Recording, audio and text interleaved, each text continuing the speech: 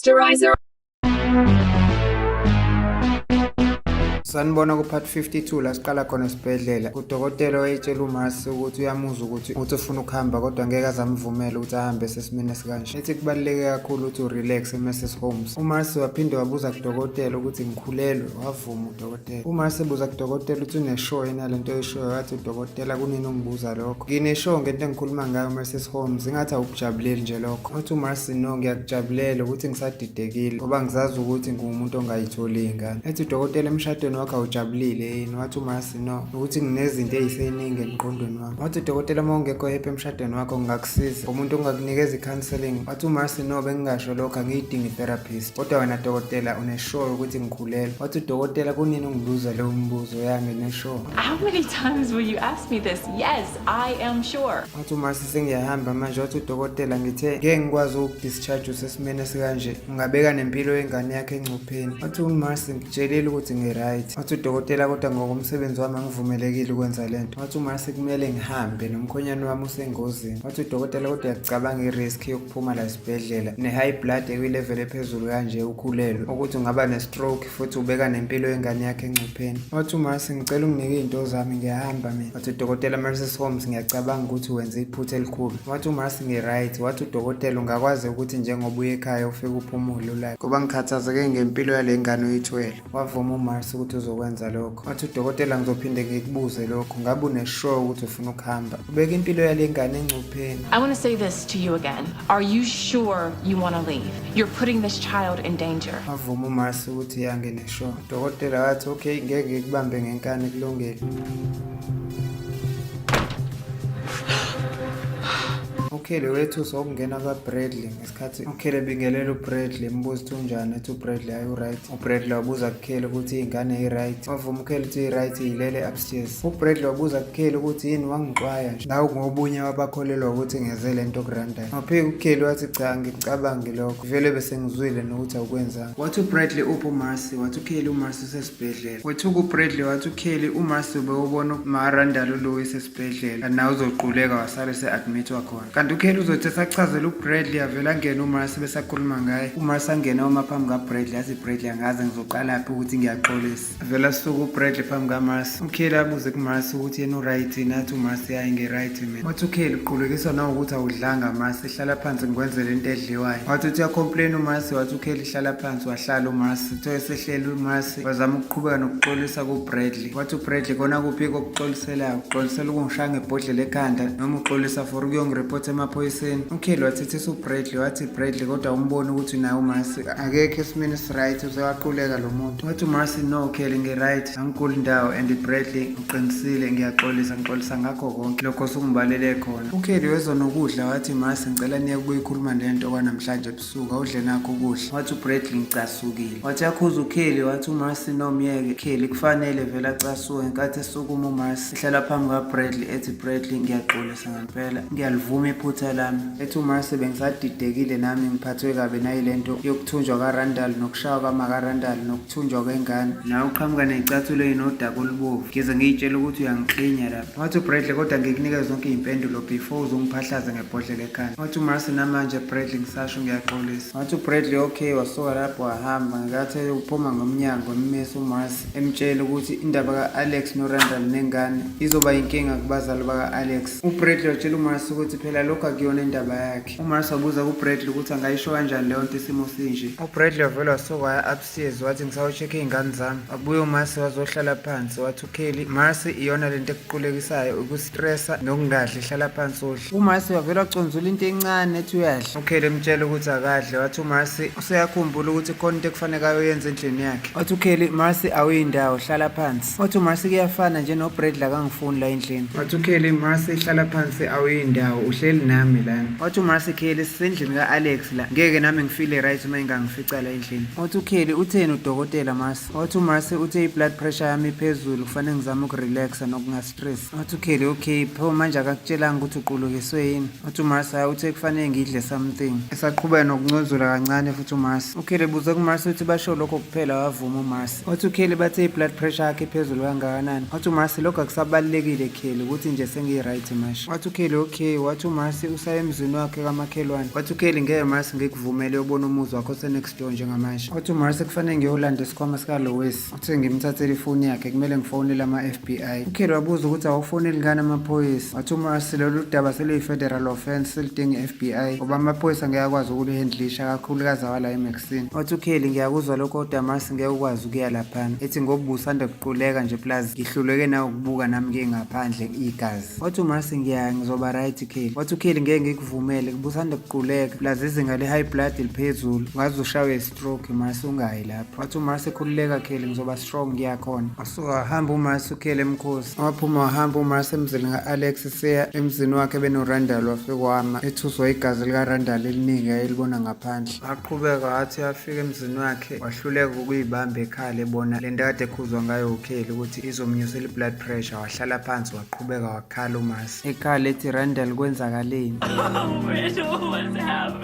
uBradley wayesehle eqhamuka upstairs wamiswa uKelly ethi ngiyazi ukuthi umcasukela uMarcy kodwa ngiyacabanga ukuthi yakudinga manje. Wathi uthi yazibe uyahamba uBradley wamncenga uKelly ethi uMarcy uye next door ethi ngendlela igazi eligcwele ngayo laphana. Ethi uKelly kwamina ngihlulekile ukubona leya nto. Ethi ngiyacela Bradley ngiyazi ukuthi uzamcasukela uMarcy kodwa lo muntu ubesanda kufeyinta esibhedlela lazi blood pressure phezulu. Ethi ngiyacela Bradley uhambe uyomlanda laphana angaphinda aqule okwesibili mayethuswa kubona lela gazi elingaka. Ethi kwayena ngaba sengozini maye kuleyandla. Ethi uKelly ngiyazi Bradley kumanje ubuye police station ukhathele. Ethi uKelly ngabe ngiyaya mina kodwa kwamina ngiyasaba. Waphuma wahamba uBradley uKelly wasale memeza ethi uyakhona ayithulela uBradley angaphendula. uBradley wangena emzini kaRandall wafica uMarcy ehleli phansi ekhala. Wathi uzama ukumbiza uBradley wakhala uMarcy ethi usathana onjani umuntu ongenza lento. Wabuya uBradley waseduze kwaMarcy wathi abazali baka-Alex. Eqhubeka ekhala uMarcy ebuza ukuthi ngabe igazi likaRandall leli. Wavuma uBradley wakhala kakhulu uMarcy wakhala uMarcy usuka lapho wabuza kuBradley ukuthi uyabazini ukuthi bahlala lapha abazali baka-Alex. Wathi uBradley ngisho ngathiwa ngiyazi ngeke ngize ngikutshele. uMarcy wancenga uBradley ukuthi ngicela ungiphi i-address yabo. Ethi uMarcy noma ngicela ungihambise khona. Wathi uBradley ngeke ukwazi ukuya laphana Marcy kuyingozi. Ethi uBradley kwamina Marcy ngidlalela kude nalaba bantu nawe bengaku-advise ukuthi wenze njalo. Wathi uMarcy ngizoziyela mina nginikeze i-address. Wanqaba uBradley. Wathi uBradley ngeke ngize ngikunikeze i-address. Wathi uMarcy ngiyakucela Bradley ngizoziyela mina. Wathi uBradley the reason why ngingakutsheli i-address ngoba ngivikela wena Marcy kuyingozi kakhulu laphana. uMarcy wayengayekile ukuncenga uBradley ethi please. Wathi uBradley ngiyaxolisa Marcy ngeke ngikwazi. Wathi uMarcy okay ngicela uye wena Bradley ngicela uyobasiza bazobulawa. Wathi uBradley angekukholwa Marcy ukuthi ufuna ngisize uRandall. Wathi uMarcy uzobe uyobasiza bobabili uRandall nengane ingane ayinacala. I want you to help them both, Randall and the baby. The baby is innocent. Ethi uMarcy ngiyamazi noRandall ukuthi uyisilimo esidelelayo kodwa nawe Bradley uRusty uyamazi ukuthi unjani. Wathi uBradley ngeke ngize ngikwazi. Wathi uMarcy okushuthi awufuni kuyosiza uRandall. Wathi uBradley vela ngifuni after everything aseyenzile aphinda azosiza umuntu ofana nami. Wathi uMarcy uqonda ukuthi uRandall kumele afe ngento ayenzile. Wathi uBradley ngeke ngikwazi Marcy wavela wasukuma uMarcy wathi okay. Ethi uBradley uyaphi manje. Wathi uMarcy ngifuna isikhwama sikaLois. Wathi uBradley akakholwa ukuthi singaba la since le ndawo iyi-active crime scene mhlawumbe sithathwe amaphoyisa. Wathi uMarcy makunjalo kuyoyitholela yena kubo ka-Alex. uBradley wamvimba wathi ngeke ngize ngikuvumele uye lapho. Ethi uMarcy suka Bradley ngiziyele. Emvimba uBradley ethi ufuna ukwenza lento ngoba usamthanda uRandall. Wathi uMarcy msungivimba Bradley mayingafa uRandall ngisoze ngakuxolela. Wathi uBradley ngenzanga lutho mina. Wathi uMarcy nakho uyangivimba nje mangihamba ngiyosiza. Wathi uBradley ngikuvimba ngoba ngikuvikele engozini. Wathi uthi ufuna ukuphuma uMarcy wagcina semmisile uBradley wathi okay kulungile Marcy ngizoye noma ngingathandi ukuyenza lento kodwa sengiyenzela wena. Wathi uMarcy unamanga Bradley ayisoze yabakhona into oyenzayo wena ukuthi usize uRandall. Wathi uBradley usophinde uyangigabaza njengalento ade yenza emaphoyiseni. Ngithe angisiza uRandall ngoba ngisiza yena ngisiza wena uzongithemba nini kanti. Wathi uMarcy ngiyabonga Bradley. Wathi uBradley ngiyakhona njengamanje kodwa imoto yami ayikho. Wakhipha okhiye emoto yakhe uMarcy wanikeza uBradley ukuthi ahambe ngayo. Mase siyesibhedlela eSt Claude ewodini likaJoey. uNatalie wayesahleli eduze kombhede kaJoey. Ngathi kuvule umnyango kungena uLushini. uNatalie etshela uLushini ukuthi nangu uJoey usaphefumula. Wathi uLushini okumnandi ukuthi uyayiphefumulela akaphefumuli ngaphayipi. Ethi uNatalie ubethe udokotela mayinga-recover in next 24 hours uzosinda. Ethi uNatalie ngiyaqala ukugada iwashi kanje empilweni yami. Ethi nesikhathi esihamba kancane. Wathi uLushini kodwa leso sikhathi esisuke sihamba kancane each and every minute every hour suke kuwukurecover kwakhe. Wasukuma uNatalie wathi nawe ubuke ku-stress. Wathi uLushini nokhululeka ngi-right.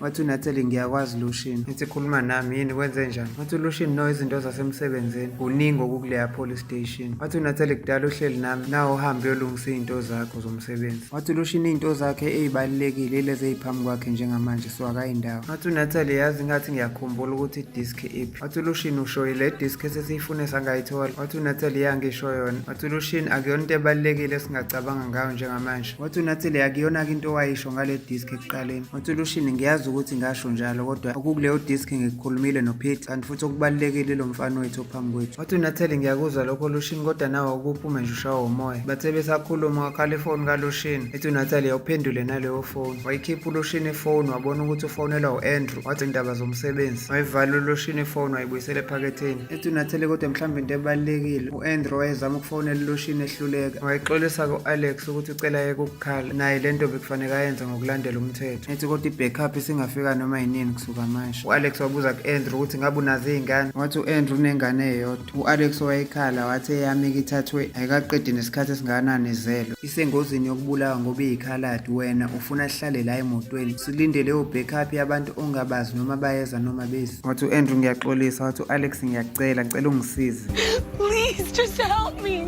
Please. Wakhala u-Alex encenga u-Andrew wagcina esevumile u-Andrew wadumisa imoto kanti kuzovele kuqhamuke enye imoto yamaphoyisa ngemuva. Wayibona u-Andrew kwi-rearview mirror. Wathi u-Andrew buka-ke i-backup isifikile. Wathi u-Andrew sesiyahamba-ke ngisaqala ukukhuluma naleli phoyisa ngenkathi ephuma emotweni. Etshela u-Alex ukuthi ngiyabuya manje sihambe. Wahamba u-Andrew yakuleyo moto yamaphoyisa esemva kwakhe kwavuleka isayidi lika-driver kwaphuma u-Edward. Wethuka u-Andrew wathi ufunani la Edward. Wathi uzama ukukhuluma kwi-radio. Wathi u-Eddie yeka le radio ozama ukukhuluma nayo ngoba ngeke ize kusize ngalutho. Wathi u-Eddie umtholile lo muntu wesifazane kuthi uzomlanda. Wavuma u-Andrew. Wathi u-Edward utheni? Wathi u-Andrew uthe ingane yakhe ikidnapwe abazali bakhe. Wathi u-Edward okay wena thatha imoto uphindele estation eMaxine mina ngizowenza lowo msebenzi vele indawo engiyaziyo le noSteven sebeyazi. Wathi u-Andrew ungayenzi lento yakho Edward lo muntu wesifazane usenkingeni. Wathi u-Eddie awungizwa Andrew mangithi phindele eMaxine lo muntu wesifazane ngizomsiza. Wathi u-Andrew ngeke uzomsize lo muntu wesifazane uze ngale ingqondo zakho angiyindawo. U-Eddie wakhipha i-pepper spray wayigcwalisa emehlweni ka-Andrew. Wathi mayichopheka u-Andrew Edward donsa isibhamu sakho u-Andrew wakhomba yena ngaso u-Andrew. Wathi u-Edward yabona-ke kunjani ukuba yiqhawe. Ngithi uyiqhawe wena usiza abantu besifazane. Ethi ngaba kunjeni kube ngilalelile mangithi phindele eMaxine. Wahamba u-Edward eseyemotweni ebehamba u-Andrew emshiye eguqile sababelwa i-pepper spray emehlweni. U-Alex ethi kwenzakalani iyona i-backup leyo kufanele sihambe la. What is going on? Is that our backup? We need to get out of here. Wethu u-Alex mesebona ukuthi u-Eddie. Wathi ku-Alex akaphume la emotweni. Wathi u-Alex angiphumi la emotweni. Wathi u-Edward manje kuzokusiza ngani ukugoloza ngoba uzogcina uphumile futhi lokho ngeke kungivimbe ukuthi ngiyobulala uRandall. Wathi u-Alex ubaba wami uthumba ingane yami Edward. Wathi u-Edward anginandaba phuma kule moto uphume ngalomnyango ongapha futhi. Wathi uyaziba u-Alex wavela wakhipha isibhamu u-Edward wamkhomba ngaso wathi ngithe phuma kule moto. U-Alex wabona ukheyo moto ukuthi u-Andrew akawukhiphanga kwe-ignition. Waphakamisa izandla u-Alex eza ngakulomnyango athe u-Edward akaphume ngawo ongaku-driver no-Eddie engayekeli umkhomba ngesibhamu.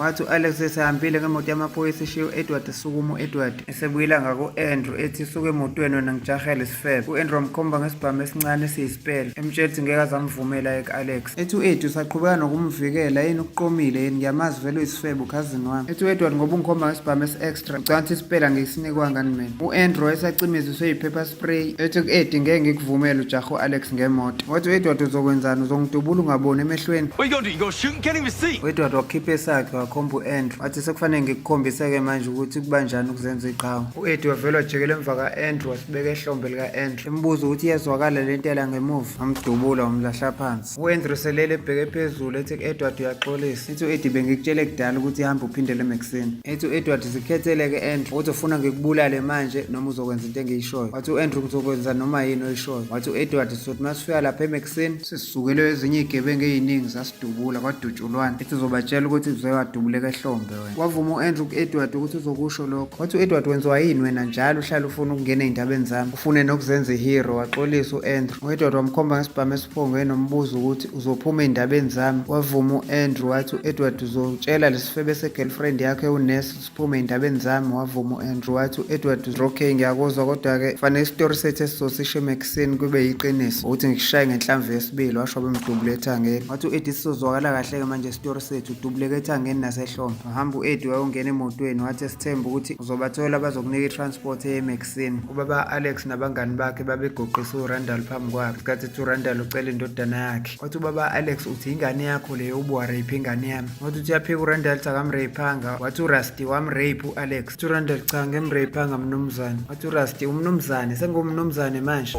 Now I'm sir.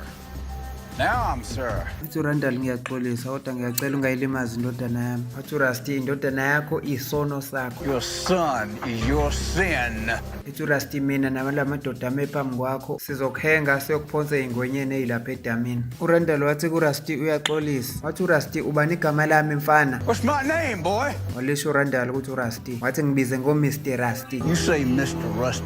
Wathi uRusty tshela lamadoda phambi kwakho la ukuthi wadlwengula indodakazi yami. Wathi uRandall ngitshela ukuthi angimrapanga. Wathetha uRusty wathi mongafuni ukubulala tshela lamadoda njengamanje ukuthi wadlwengula indodakazi yami. Wavuma uRandall ukuthi ngadlwengula indodakazi yakho. uRusty watshela lamadoda ukuthi awahamba olungisa isikebe bathathe le yanto ayibiza ngendodana bayiphonse ingwenyeni. Ngesikhathi ezama ukuncenga uRandall ukuthi bangabulala indodana yakhe ahamba lamadoda angamnaka uRandall. Ngesikhathi uRusty ebamemeza ethi ingwenya ziyilambele kabi inyama efresh. Siyayibeka lapha namhlanje ungaphuthelwa episode elandela iso upload ngekudala.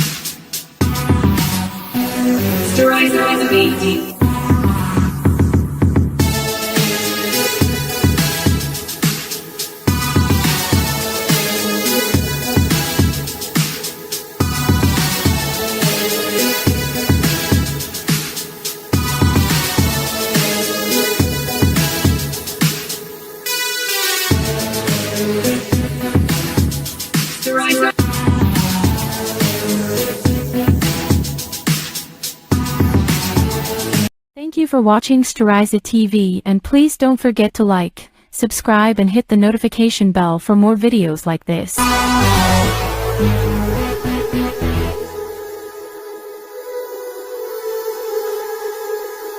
Styriza TV.